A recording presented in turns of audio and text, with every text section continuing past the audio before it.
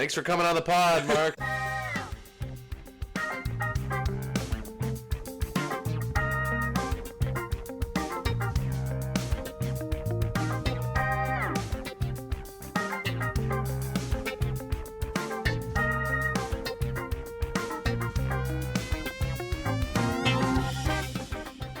Welcome to the Too Old or Pure Gold Movie Podcast. In today's episode, we're discussing the 1981 comedy movie Stripes. The format of our podcast, two Gen Xers rewatch beloved movies from our youth to find out, are they really as good as we remember? To help us debate and ultimately pass judgment, we ask our millennial co-host to watch these movies for the first time and help us determine, are they too old or pure gold? I'm your host, Olen Vanderleeden, representing Gen X, and today we're very excited to have a special guest host, Mark Wolters, also representing Gen X. You're Gen X, right, Mark? I don't want to age you unnecessarily. Yes, sir. Okay, great. The gray does that. Before I introduce the millennial co-host, I just want to introduce Mark to our listeners. So Mark Wolters is an award-winning travel vlogger and the host of Wolters World YouTube travel channel that has over 270 million views and 1.1 million subscribers. Actually, I checked today, 1.15 as of today. I know Mark because he's been my go-to travel advice guy for over 10 years. And Mark is also an associate professor of business administration at the University of Illinois. Welcome back, Mark. Yeah. We're so happy to have you on this. Thanks for having me. Good to be back. You were so fun on the last episode and glad to have you back. Representing the millennials this week, we have comedian and host of the Absolutely Obscure Movie Podcast, Josh Fleming. Hello, Josh. Hey, thanks for having me. We're I just want to make this announcement. We're up to 32 subscribers, so basically on the same level. Oh, hey, wow. Rock on. Look out, Mark. You've got competition. Only 999,000 more, and this guy's going to take your job. That's right. Also representing the millennials this week, we have Corry. Hey, thanks for having me. I'm up to, I think, quadruple digits right now. You're good. I've been watching it. So Mark, Will just had his first comedy special released on YouTube, so everybody's pretty excited about that. Oh, cool, man. And Nice. to all the listeners, stay to the end. We got lots of plugs, and we're gonna have some travel talk at the end as well. But for now, we're gonna get into the movie, guys. So today's movie is the 1981 comedy movie Stripes. Stripes stars Bill Murray, Harold Ramis, Warren Oates, and John Candy. The movie was directed by prolific 80s director Ivan Reitman. Reitman got his start with movies like Meatballs, also starring Bill Murray, and went on to direct movies like Ghostbusters, Twins, and Kindergarten Cop. So he knows what he's doing.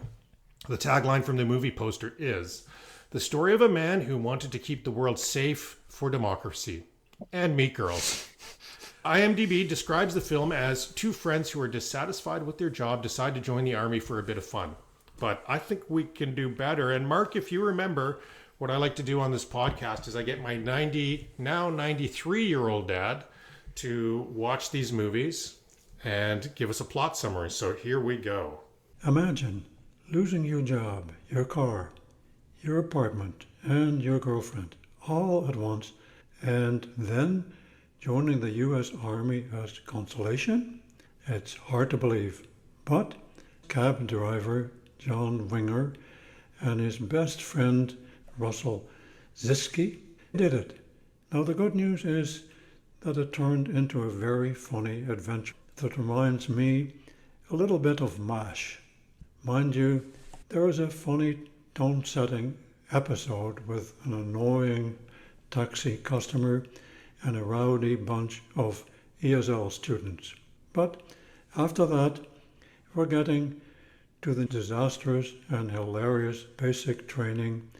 Their insubordination leads to occasional punishments, of course, such as cleaning garbage cans and other fun things you do in the army.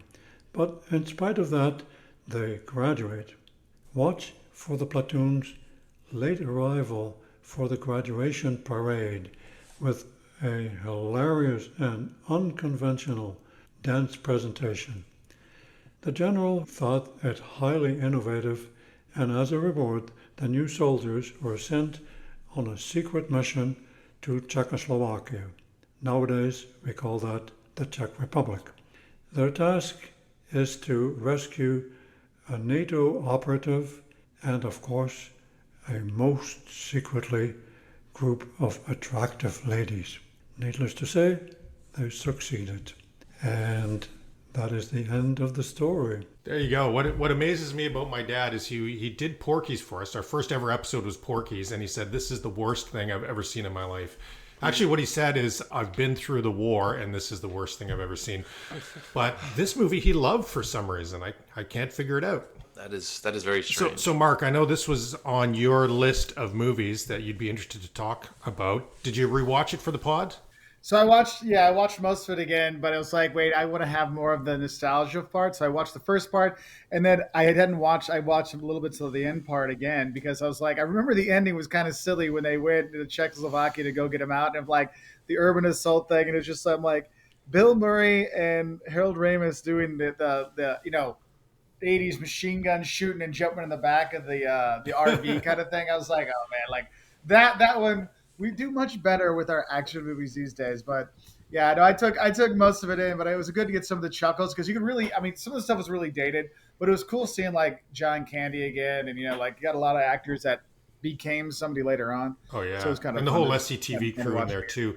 Oh, yeah, yeah. I know it's funny. So this movie for me, this is the first time in my life that I sat through a movie twice in a row in the theater. So of course we didn't have we didn't have VHS back then. I watched this movie in the theater. 1981, so I was 12 years old or 11 years old. 12 years old watching this movie, and I'm like, what did I just see? This was so good. And I just stayed while it rolled through to the next time, watched it twice in a row. And that is shocking. my thoughts on the movie were similar to you, Mark, that if this movie came out today, I'm not sure this would be enough. Like, sort of comedy has evolved, action has evolved. But in the day, this was hilarious. I just can't say it enough. And just let me say this. In the day when I watched this, that spatula scene, I thought was the funniest thing I'd ever seen in my life. I watched it again this time, and I'm like, all right. And anyhow.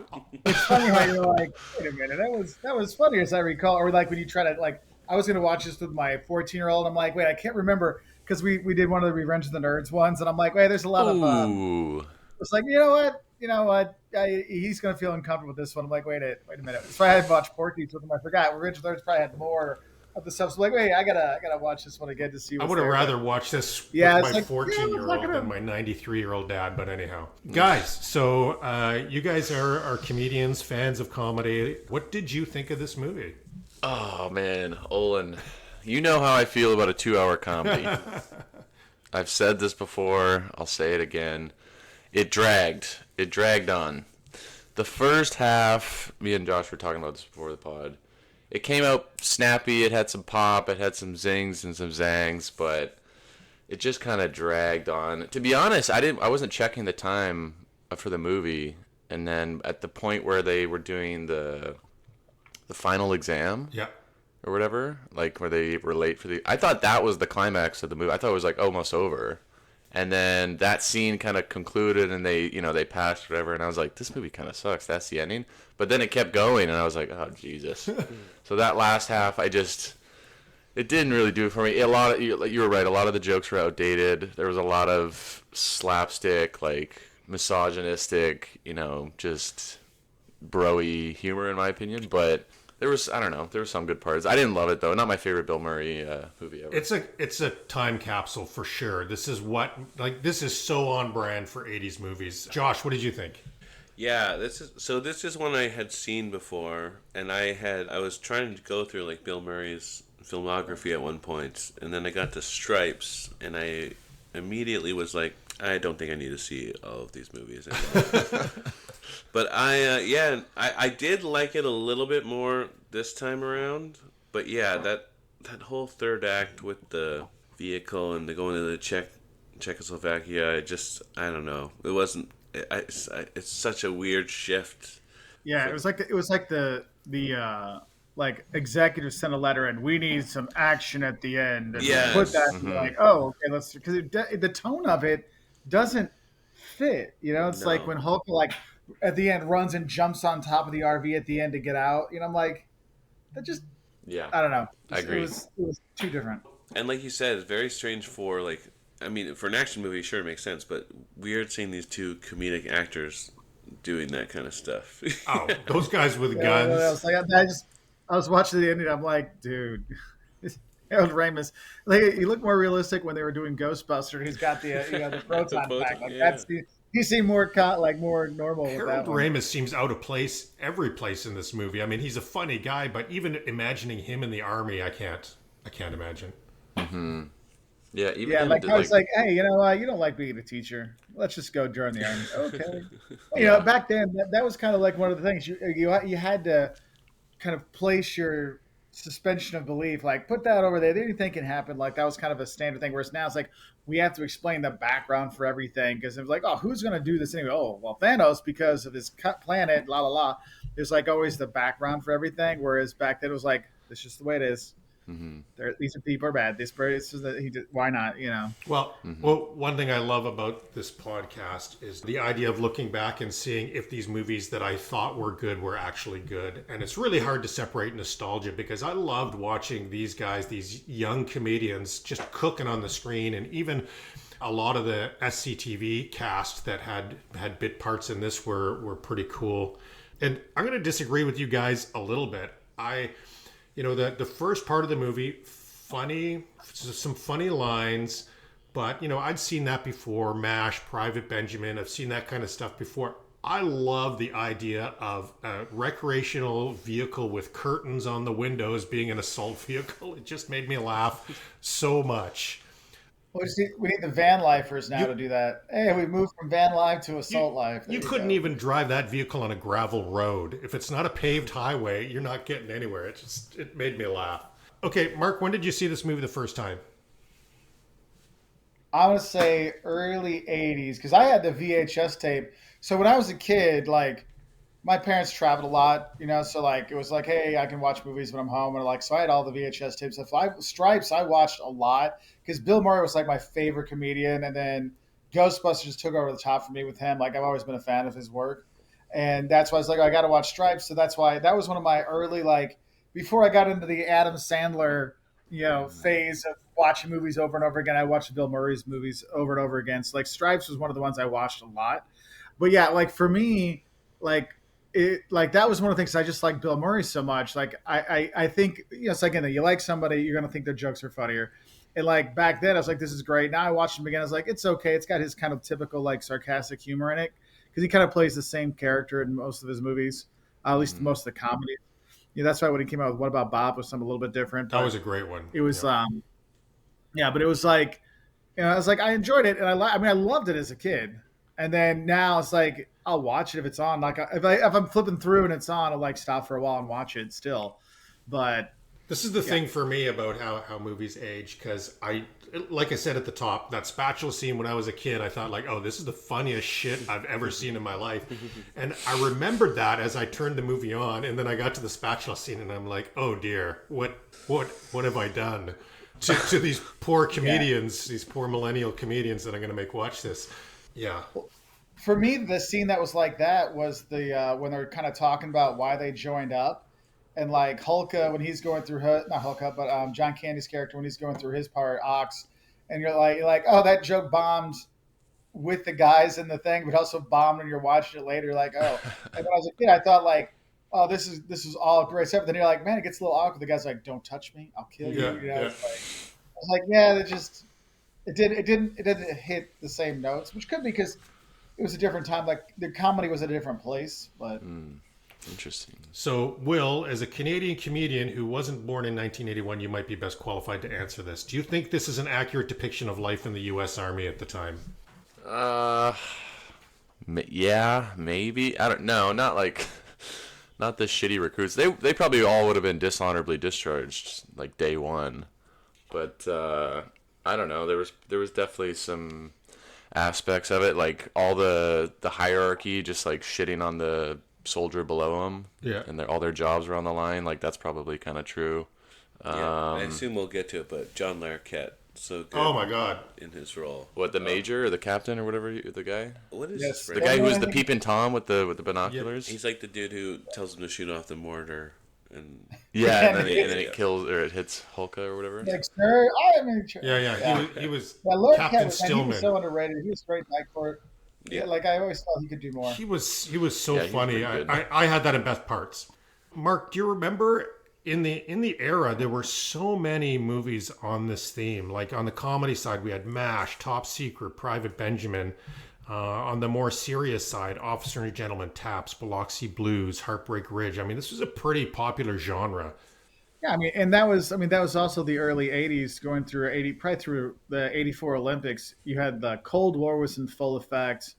It's like Born in the USA is a few years away. Like this is like you had such bad times in the late '70s. With the economy and everybody's just down in the dumps. Like I just need something like uplifting. So that was one of those things. Hey, like let's be happy about our country. Like there's a lot of like patriotism that goes into this, which is something that was kind of a theme in the early '80s. By the late '80s, that was gone, but like early '80s, you had a lot of this like, hey, America, let's do this, let's do it, yay. That's where I think a lot of that kind of came in because it was a sentiment at the time. Like having the flag, having the stuff. Hey, yeah, Army's there, let's support them. And so even though it was kind of silly, like how they did it, like with our recruits are still losers, but they still work out. It's like go us.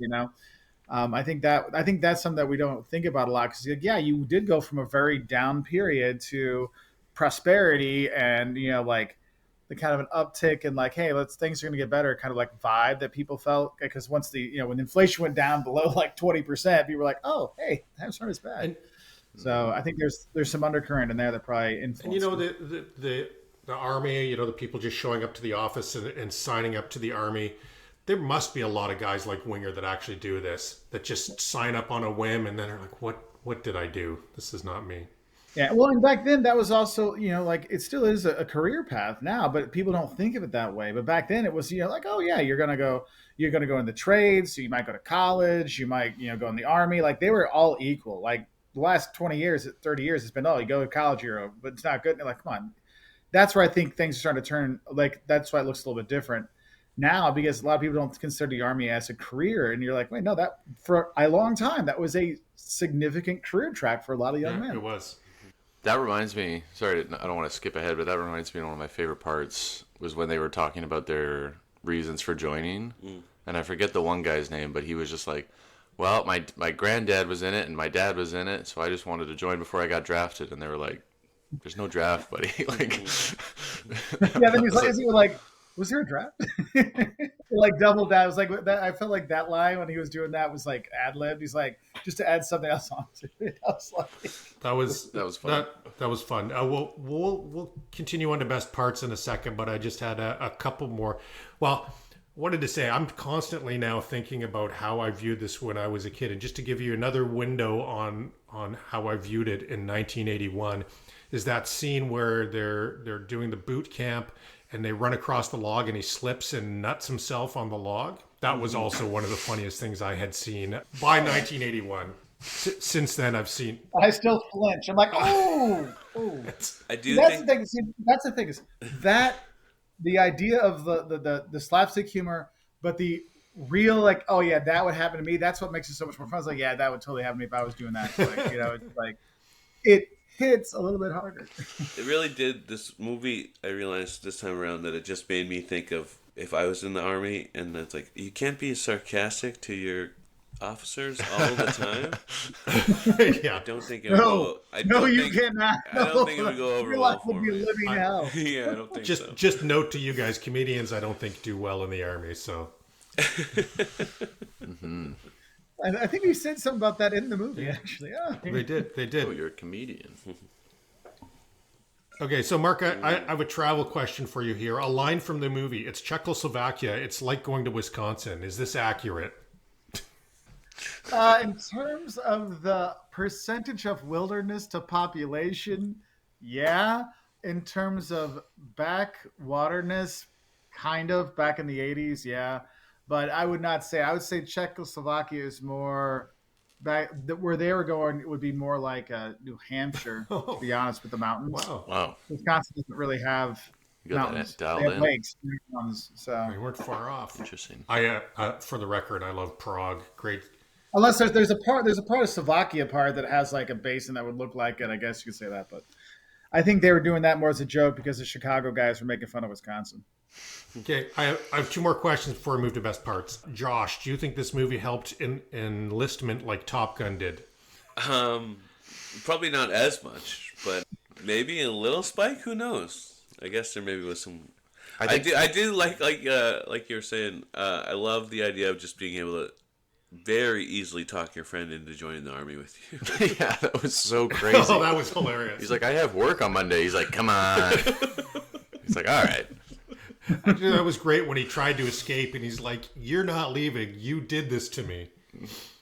Yeah. Oh yeah, that's the most real thing. That's like that's a friend with bitterness. Yes. And then like, I did this for you, you SOB, and you're not flaking out on me because I'm not getting rid of my life because you chose this. Like you could that was like actually like a serious movie acting moment in a silly movie. You know what I mean? Like sometimes you get these like, whoa, where'd that come from? Like that was like, you felt it. It's like, I'm like, I mean, maybe there's some resentment. Like years later, those two didn't talk ever. Like they stopped talking. They did, yeah. That was a real shame. I think Ramis and Bert and Bill Murray? Yeah, they were best buds, and they didn't talk for like 10 years. And I don't even know. Ramis died, right? Yeah. How did he die? He had cancer. I'm pretty wow. sure. And but I think I don't know if they actually even like made I up. read that Bill Murray says that they did, just sort of on Ramis's deathbed, that he, they made up, but who knows? I think he's being sarcastic. Okay, last question. I don't know why I want to ask this, but Will, I have a non-sexual question for you. Are you a top bunk or a bottom bunk guy? Oh, man. I'm usually a bottom bunk just because I'm tall and crawling up to the top is annoying. But if I had it my way, I'd be a no bunk guy. I'd have both guys sleeping in one cot. You know what I mean? See, it's these hard-hitting questions that differentiate our pod. Okay, let's roll into the best parts of this. I will lead us off. 80s gratuitous topless scenes. Like, just every 80s comedy has to have that scene. They kept coming. They kept coming, too. They kept coming. The faucet was open. Mud wrestling, things happen, I guess, When I was a kid, the mud wrestling scene with John Candy, when that was my favorite scene when I was a little kid, like a teenager. Yeah. I gotta say the shower scene where the captain's peeping on him from his office. I was like, "Ooh, nice booby shower scene. This is nice." But then it was just ruined by him being like, "Ooh, rub the soap all over. Oh, rub your butt." I was like, "Come on, guy, you gotta be that fucking creepy." That's me, I'm supposed to say that. Yeah, I want to think those things. I don't want to hear it in your voice. Like actually Especially John Larroquette's voice. That scene was a good example of nice comedic touches because I like when his superior comes in and then he goes, "Oops," and the telescope goes through the window. Yeah, that actually saved the scene for me when he threw the binoculars out of the window. Okay, that can lead into my favorite bit of the whole movie was the basketball through the window. And then him out calling for it, like, up here, and then it comes through the other window. That was... this movie was front-loaded. It was really... All the best bits were in the first half, for sure. Actually, you're right. But 100% with you on that one. This one is not quite a part, but more a favorite line, but... It's when they're enlisting and the officer is asking them interview questions and he goes, "All right, before we start off, are either of you homosexuals?" and he goes, "No, we're not, but we can learn." That's a great line. That was one of the best lines of the movie, and they took it further too. They're like, "Are there going to be classes or?" Yeah. He kept going with it. I love that. Well, and then Bill Murray he's like, he looks over and smiles at Harold Ramis. He's like, yeah. They played into it well. You can tell those guys who worked together were friends because they had such good like charisma together, like the back and forth. Mm-hmm. That's one thing. Is like some of the buddy comedies lately, like it's like they just throw like two funny people together, two comedians together. It doesn't really work. You got to have the right style to make it work. And it's like just because you put The Rock and someone else in it doesn't mean it's going to work. You got to have the interaction. Yeah, great example too. So I mentioned I love the idea of an RV with curtains as an assault vehicle. And Josh, you mentioned it. John Larroquette as Captain Stillman playing with his toy army scene. Mm-hmm. It's just so funny. Best parts I kind of liked the end of the movie when they did all those movie covers. And my favorite was Zazinski rates Russians. They are pussies. That was good. Anything else you guys liked in this movie you want to call out? I think maybe one of my favorite scenes in the movie is Hulk, like goading Winger into taking a swing at him. Yeah. I love that scene so much. Yeah, that's good. That felt like a little bit more of a real moment, right? Yeah. Yeah, there are a few of those in the movie, which is kind of nice. Yeah, I think a good comedy should always have moments like that, you know, even though we didn't really particularly like it, but I think that does help it. And by the way, I'm not usually the guy to mention this, but I thought the music was really good in this and that it really helped move the movie along. Like it told you what kind of scene this was. I thought they did a good job there.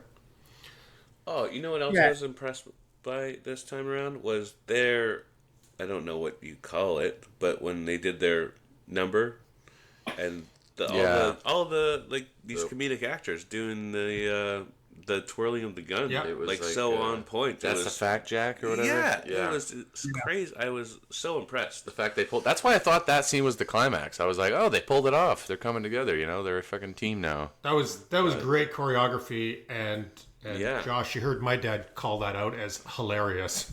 He loved that scene. Those are always good. Like any army movie, military movie, where they have they're gonna have their the marching stuff. So they're always gonna have you're gonna have some funny lines with that, and it just plays really well into like a comedic kind of thing. You know, not to dwell on it too much, but can you imagine watching this for the first time at 93 years old? Like, what is my son doing to me? Or I'd be like, oh, I remember that guy. That's that young comedian on that new show, Saturday Night Live. Oh. Olen, we need to do an episode of whatever the equivalent of you thinking the spatula scene is the funniest thing in the world. I want to see Peter's funniest version, like from the 30s or 40s or whatever. Like, what movie came out where he was like, it was just Charlie Chaplin. Oh, pie in the face. Girl's ass or something. Like, it's gotta be a Chaplin. That pie in the face was the funniest thing I'd ever seen. Like, I want to know what his version of that was. That wall fell over and he went through the window, so it didn't crush him. And he was okay after. He was a knee slapper. He farted at the dinner party. Okay, worst parts. So first thing I'm going to call out is that obstacle course doesn't actually look that hard. I mean, but it does look like I've been to military schools and they have a military that their thing looks like that. You're like, oh, it looks like a kind of you took a jungle gym and just spread it out. You know, like they actually look like that. But you're like, yeah, it doesn't look that hard. I'm going to say this: even on your first day of training, if you can't run 5 steps across a log that size and you can't climb a net, I think you probably should be rejected. Because that seems pretty basic stuff. To know. I got a note. That net, I mean, I bet that was just a playground from an elementary school and they just filmed there. Yeah, it's like spray printed brown, so it looks like it's an army thing. Anyhow, and I get your guys' point that this dragged a little, but I didn't capture that. For worst parts for me, my only other one was getting up at 5 a.m. That is one thing that would totally deter me from the army and basic training. Like, if you said, 10:15 a.m., we're going to get going, then okay. Count me. I know you guys agree. I've seen you at 9 a.m. on podcasts. Oh, yeah. No, it's not for me. Worst parts, I'm just going to go with the back half of the movie, like I said earlier. Like, I would have really liked it if I was the writer or director or whatever. I would have loved, if instead of going to Czechoslovakia and doing a military operation, if the troops, or the, what do you call them, cadets or whatever, if they played some sort of like elaborate prank on like the senior officers. I think that would have been like funnier, because that kind of fits more of like what they were. They were losers. They were clowns. They, like a payback on Stillman. Yep. Yeah. Like, goof the captain somehow. Like, I don't know. I just thought that would have been more on brand. I'm not disagreeing with you about the second half of the movie, but there were funny bits. Like, I really liked the 2 security guards and that ongoing bit with those 2 guys. And by the way, I have a funny story about that. That's Flaherty from SCTV, and the director wanted him for that role, so he told the casting director, go out and get Flaherty, and they accidentally hired another guy named Flaherty who had never acted before, and he got a call, and they hired him. So he still has a bit part in the movie. They said, "Okay, you can stay, but go get the real Joe." So that's That never happens in comedy. We don't ever get calls being like, "Hey, someone wanted you." No, I get calls from another Josh. They're like, "Hey, Oh yeah. Josh Roman, you want to do the show?" And I'm like, "It's not me." And then they're like, "Oh, Well, I'll sorry." do I was like, sorry. do you, We went the other guy. That the Flaherty guy, is that the guy who was also in Happy Gilmore? Yes. Yeah. He's like, "You'll not make this putt, you jackass." That yeah, guy? yeah. Yeah. Yeah, I thought I recognized him. Well, let's move to favorite lines, and I'll tell you again, my 11, 12-year-old brain, when he's doing the ESL, and they're like, "Son of bitch, shit," like go over what you learned today.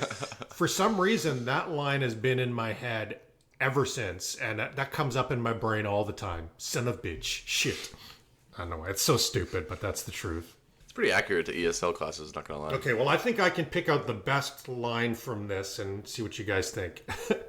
When they're introducing themselves, and Bill Murray says, "Chicks dig me because I rarely wear underpants. And when I do, it's usually something unusual." That's a good introduction. You guys should use that. That's a good introduction. It's so silly. Yeah. The best lines, I said mine earlier, the homosexual line. I thought that was top dollar I also comedy. really like the one speech the Bill Winger makes, like the "We're Mutants" speech. Yeah. Yeah. And the "We've been kicking ass for 200 years. We're 10-1," which I love that they tossed that in there. Yeah. Like that, the whole, like his whole like rah speech, like that was like my. It's not like one line, but like that was my It's so good. kind of like, you're like, yeah, okay. I could see him getting them going. Yeah, you gotta suspend some belief, but yeah, sure, let's go for it. Well, I like these little subtle lines, and back to the Czechoslovakia checkpoint and Joe Flaherty there. I hate tourist season. After they just drive the RV right through the gates.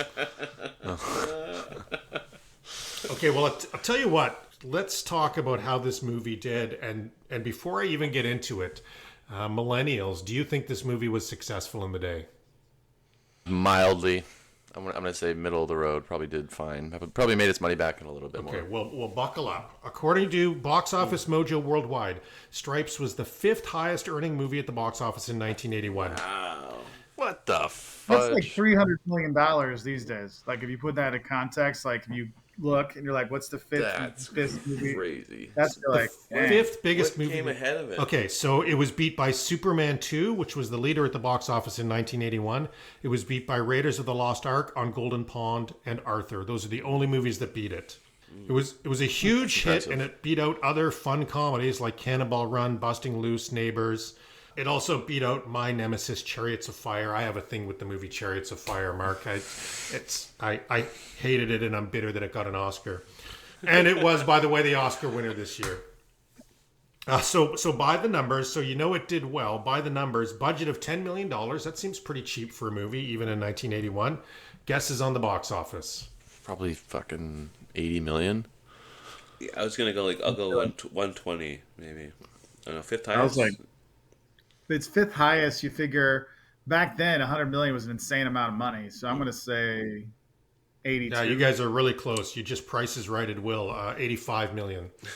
Nice. Thanks for coming on the pod, Mark. Will, you almost had it until Mark swooped in with $2 more. Fuck. So 10 million returning 85. It's amazing. And Will, I'm hoping your comedy special does similar numbers. I'm hoping for you. I don't think there's enough nudity in it. Okay. Well, don't tell him that. Maybe there is. Maybe there isn't. Yeah, you'll have to watch and find out. Okay, so this is the fun part. Rotten Tomatoes, critics and audience. So you guys have some complaints about this movie and think it may not have aged that well. Don't forget, Rotten Tomatoes is contemporaneous, right? So it's any critic from 1981 up until this morning. Critics and audience, what do you think out of 100? How many people recommended this movie? 60%. Well, I would have thought lower, but 60 critics? What do you think for audience? Uh, I'm gonna say I think it's gonna be high. I think it's gonna be 85 Critics? audience. Oh, 85 And audience? I think it's gonna be that for both. I think it's gonna be a agreed upon. 85. across the board. So I always feel IMDb always has comedies lower So I'm going to say the critic one is going to be like I don't want to. What was yours? So I don't do the prices right. He did 85, 85.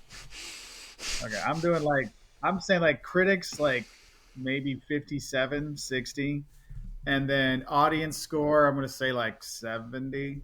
So, Josh, you win this with a 9. Critics, 88. So Really? 88% of critics Shocking. that watch this movie, wait till we get to Siskel and Ebert. 88% of critics that watch this movie said, this is good, get out and see it. That's critics who are... I would have never guessed that if you hadn't said how well it did. Yeah, no, I would have. Even though I knew it did relatively well, I would never have thought the critics were that high about a comedy. Or maybe I'm thinking like today, because now the IMDb, like whenever a comedy comes out, they always like ravage it. But they're not like they used to be. Yeah. Well, They're not like those good comedies from the day of Stripes. I really like Rotten Tomatoes because Rotten Tomatoes isn't like I give it a 10 out of 10 or a 5 out of 10. It's like, do you think this is good enough for people to see or not? Like, do you recommend it or not? So the 88% means 88% of critics watched it and said, yeah, this is good, go see it. Like, they're not saying it's the best comedy or the worst. So I like that. I think it's more of a fair measure of how a movie ages. But Mark and Will, I would have been right there with you with critics being... I would have... If this was me, I do the research, but if this was me, I probably would have said critics 50% because you're right, Mark. They don't like comedies generally. And, this is kind of a dated film. So Josh, really good on that. Okay, movie trivia. I got a few facts for you guys. This first one blew my mind. This was developed as a Cheech and Chong movie. Wow. This I would have liked that better, Now it honestly. makes sense with the RV. I would have liked that better. This was written... This was written and developed for Cheech and Chong, but they had just become so successful at that point that they said, we're doing our own movies, like we're not doing ones that other people wrote. Wow. Cheech and Chong were turning down 5th highest grossers? That's crazy. I know, there's a lot to say about this movie. Okay, some more trivia. So Ivan Reitman did not give the actors a heads up about the haircuts, so their reaction was genuine. No Nice, way. I like that. Yeah, you look at John Candy holding his hair in his hands. He's like, Yes. what? The cast completely improvised the dialogue when they talk about their backstory. That's not a surprise. Bill Murray improvised the Aunt Jemima scene, and the reactions by PJ are genuine. She thought it was funny in the day, too, so it wasn't just me. Bill Murray and Sean Young. I love Sean Young. I think she was good in this. Yes. But Bill Murray and Sean Young did not get along. She didn't like the way Murray ad-libbed, and Murray vowed never to work with her again. Which basically means she didn't appreciate his advances on set, is what that means. He calls them ad libs, okay? It's fine. It's improv! Let me slap your ass. Come on. The entire cast was drunk for 2 weeks after John Lennon died, and Larroquette was actually hammered in the scene when he dressed down the group. When he was giving the soldiers shit, he was actually actually hammered at the time he filmed that, so he says. Bill Murray and PJ Soles actually participated in boot camp for 2 weeks. And then just on casting, Chevy Chase and Belushi were both considered for the role of Winger. Aykroyd was considered for the role of Russell. No surprise, these guys were all around. But for Hulka, Clint Eastwood and Jack Palance were both considered for Hulka. Jack Palance would have been amazing. He is Hulka. Yeah. I got a question for you guys, because I know you did European Vacation last time. In their heyday, who was a bigger comedy powerhouse, Chevy Chase or Bill Murray? Chevy Chase. Chevy Chase's window was so tight because he was that first big star of Saturday Night Live. So he was like, he could drive a movie on his own. But I always felt Bill Murray had better movies that he was in. But Chevy Chase was the bigger star then. Now I would say Bill Murray. Everyone's like, oh, Bill Murray's the bigger guy. Bill now. Murray by a mile. Yeah, but then that early 80s stuff, because he had Fletch, he had Caddyshack, Vacation. But that's one of those things. They talk about how he wasn't really a really nice person to work with, and eventually that catches up to you because you're not making big box office, bank. People are like, you know what? We don't need to deal with you. And then you didn't see him for much in the early 90s. Yeah, and in the day, he was probably one of the most bankable comedy movie stars in the day. But I totally agree with Mark. Bill Murray has sustained it. He's been great in everything he did. By the way, you mentioned him, Mark, but one of my favorite Bill Murray films is actually What About Bob? I think he's brilliant in that. Yeah. With you just see Richard Dreyfuss as the movie goes along. You just see how frustrated he's getting with them, and like you can feel it. I think wasn't like there's a whole story about that how Dreyfuss really didn't like Bill Murray or Dreyfuss something. hated him, and it was only because he was contractually obligated that he finished the film. And you can see in every scene, like, it's genuine hatred. You can feel the hate. You can feel it. You're like, dang. I'm starting to notice a bit of a pattern with Murray here. A lot of his co-stars not a big fan of his work. Harold Ramis didn't talk to him for 10 years. Like, Okay, something's going before on. we get to the reviews, a little woke or joke. Mark, we like to do a section where we just call out, is anything in here not aged very well? So I just got one to propose to you guys. The question is, do we do mud wrestling anymore? And I also have a question about that scene, which is, why did the cops show up? Because it wasn't illegal. Yeah, that was kind of out of place. I mean, It looked. I feel like there might be a deleted scene where it's like, hey, your soldiers are here. Get them out of here. They're causing trouble. They're causing Must have ruckus. been. So the MP got called in. That would be my thought, is why they went in there. you know, Yeah. But you're right. Like, that's the- not a usual thing. The army didn't want one of their own looking bad, losing a fight against two women, so they had to bust in and put an end to that. That's why. poor John Candy having to film that scene too. From what I read, he didn't want to film it. It had to be talked into it. He did look like he got the shit beat out of him.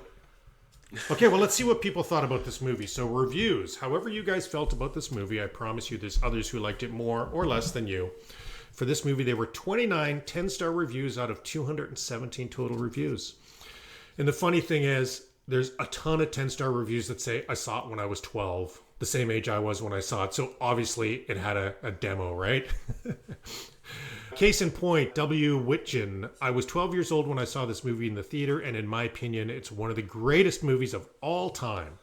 There are many lines that I use on almost a daily basis from this movie. I'm telling you, it was impactful if you were 12 and you saw it the first time. A guy called Balmer says, Stripes is the first movie that me and my best friend Gary ever memorized word for word. I was about 12 when I saw this, and my dad laughed at it just as much as I did. I didn't go with my dad. Oscar says, this won't make you join the army. He's probably right. Thanks for that. And a nice succinct review from a guy called Delta Dave. If you're a fan of Bill Murray and naked women, this movie is worth a look. Fair. And as a segue to the one-star review people, G. Martin gave a 10-star review that says, to all the one-star people saying this movie has not aged well or is sexist or racist, whatever, I say relax. I love this movie. It's back when you could be funny and people had thicker skins than today. Cancel culture is ruining everything. It wasn't even that. Like, I don't know what he's. Oh, there's much worse ones. Like, there's like some of the movies you look back, you're like, oh man, oh wow. Case in point, Porky's. Like, Porky's was the #1 earning Canadian-made movie for 25 years. It held that title. Oh, that's brutal. I didn't think this movie was that, like, there was a lot of misogyny and that kind of stuff, but the racism, the only one I caught was, like, when they were in trouble and one of the white soldiers like, we're going to get in so much trouble, and then the black soldier's like, you guys are going to be fine. They're going to hang us for this. And I was like, oh my God. Like, I don't think, the military still does that. All of those sort of sensitive topics, they were, at least self-deprecating about it, like the whole gay scene that you called out, right? Like, are you guys homosexuals? Felt like it was leading a bad place. And then they go, no, but we could learn. Like, kind of fun. Okay, I want to read you some of the one-star reviews. So now we hear from people who liked it less. For this movie, there were 7 one-star reviews compared to the 29 10-star. A guy called Liam Ulf. I'm currently recovering from a seizure after reading some of the comments on this film. I'm shocked at the fact that someone actually said this film was realistic. The only redeeming... I don't know who said that, by the way. The only redeeming feature in this film is the repetitive use of naked women taking showers in female mud wrestling. A guy called Cool Dude Kyle Peters says, if the flat jokes, lifeless characters, and detestable human beings weren't enough, they're also extremely sexist. I did not go into this movie expecting the amount of nudity and objectification in it at all. It's gross and unimpressive. This guy's not going to make it in the He's army. not. Next guy says, Murray is boring, obnoxious, and unfunny. The plot falls apart. Jokes are flat. Women are degraded almost to an extreme. Did adults actually write this? Wow. Well, I say lighten up, one-star people. So I want to hear from professionals on this. So Siskel and Ebert, what do you guys think? Are they going to like it? They did not like this. No? I'll say they were split. Yeah, that's the safe answer. See, I would have say it was split too, but since the scores are like 80 something, I'm going to say both of them gave it a thumbs well, up. let's hear. So these guys were in a great mood discussing this movie. I always go back and watch the YouTube of it, right? They were in a great mood discussing this movie. They obviously loved it. Ebert called it a very funny film. He admired the way the actors could carry a dramatic impact without losing the comedy and said that there were a lot of big laughs. Siskel, typically the more uptight one, liked it and praised Murray's way of mocking people who were too serious. He called it a very enjoyable film. 2 thumbs up.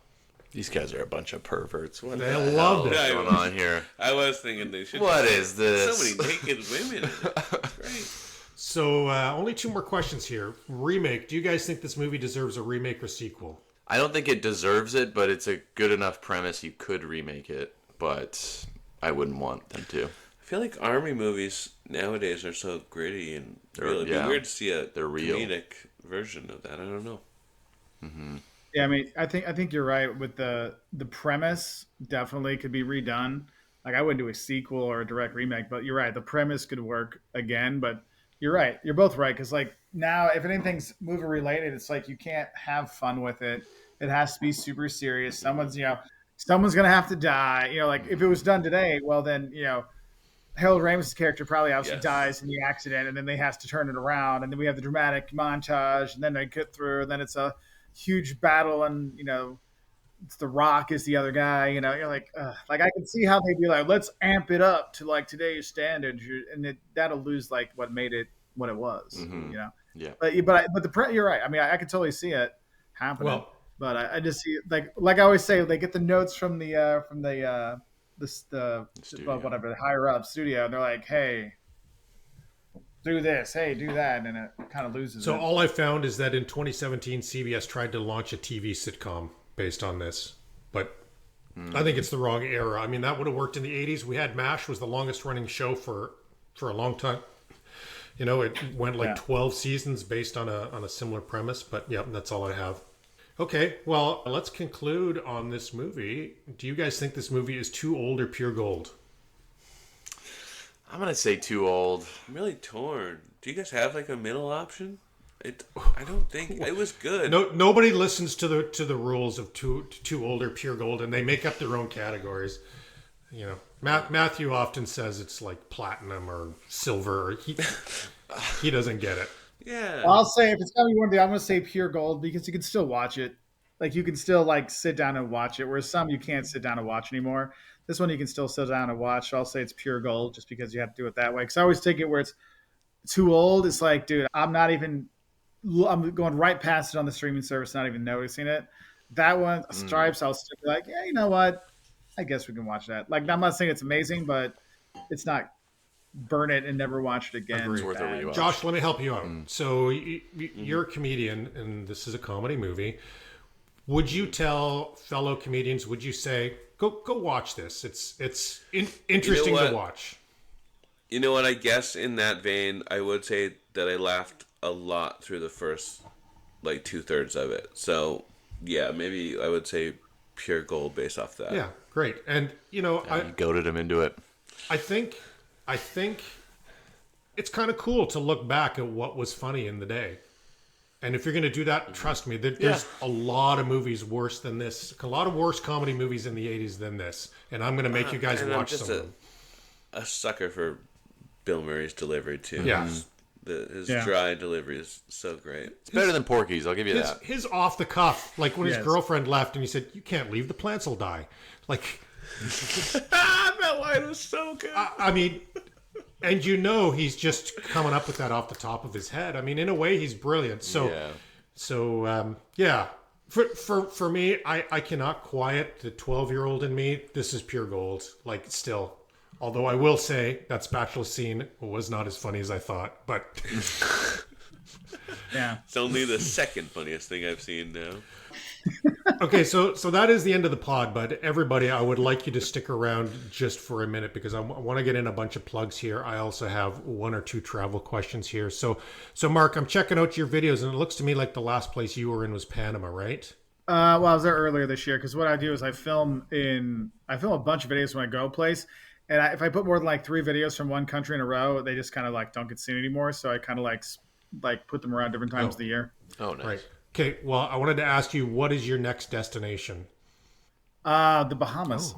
Oh, Nice. Little birthday trip to the Bahamas. And then, Very and fun. then I want to ask you. I know you've got videos on it, which I will go watch.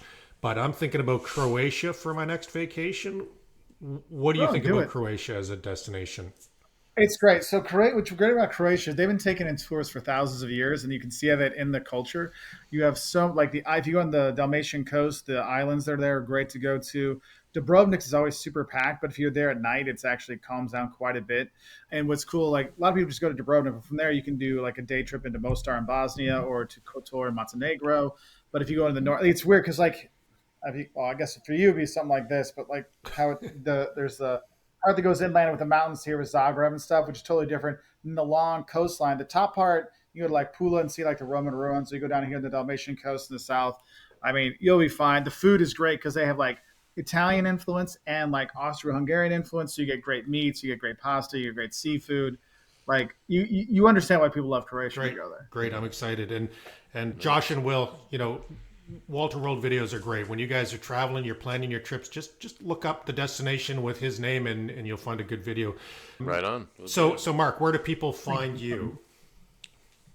So you can find us on YouTube at Wolters World, WOLTERS World. You can find us on our website, woltersworld.com, or on all the social medias at Wolters World. Or if you don't want to do that, just go into YouTube and put in the don'ts of and pick your destination around the world, and you'll probably see my bald, ponytailed head staring back at you to give you honest travel advice about those different destinations. Josh, tell us about your podcast. Me and my friend Rory Dunn have a podcast called Absolutely Obscure where we watch unknown movies and most of them terrible. A couple gems in there though, so those ones are always fun. There's a really good episode coming out soon, isn't there, Josh? Yeah, actually, yours I think is going to be in a couple weeks. So. Great. Finally. Great. And Will, everybody's very proud of your special, but tell everybody where they can find your latest comedy special. Thank you so much. It's called Probably Should've by Will Corry. It's on YouTube. It's on Comedy Here Often's YouTube channel. And it's also an album, so it's on Spotify, Apple Music, wherever you listen to comedy if you do. And yeah, it's a nice little 30, 40-minute special. It's all the best jokes I've ever done. And it went well. So check it out. Please and thank you. It's funny stuff, so check that out. And this has never happened before, but I have something to plug. Can you guys believe it? Oh, Olen's starting his comedy career. Well, not comedy per se, but OnlyFans? I'm doing spatula based porn. Mark, we recently had a guest on the podcast. We did Jumanji, the original Jumanji, and we had the prop master who did all of the props for the movie, including the board game. So I just recently did a live event with him where we did a live watch of the movie, and he had all of the props there, including the board game. And then I did a little interview and Q&A session with him on stage. That is on YouTube. If you search, Dan Sissons, or you search PMG, the Property Masters Guild, you will find that. You'll find that video, and it's kind of fun. I was there live when it was filmed, and I can co-sign it. Very, very fun and entertaining if you love movies and props in particular. It's really cool. And we're 80 episodes deep of this podcast, and I've never had anything to plug, so it's kind of fun. Hey, we get to be a part of something special. Mark, we always love having you. Super fun. I hope you had a good time, and you would consider to come on again. Always. Great to meet you, Mark. Yeah, nice to meet you guys. Good luck. I'll go watch your special. Oh, thank you. Appreciate it. Thank you. Bye, guys. All right, guys. Have good pod. Doing this. Thanks. Cheers. Thanks for having me, Olen.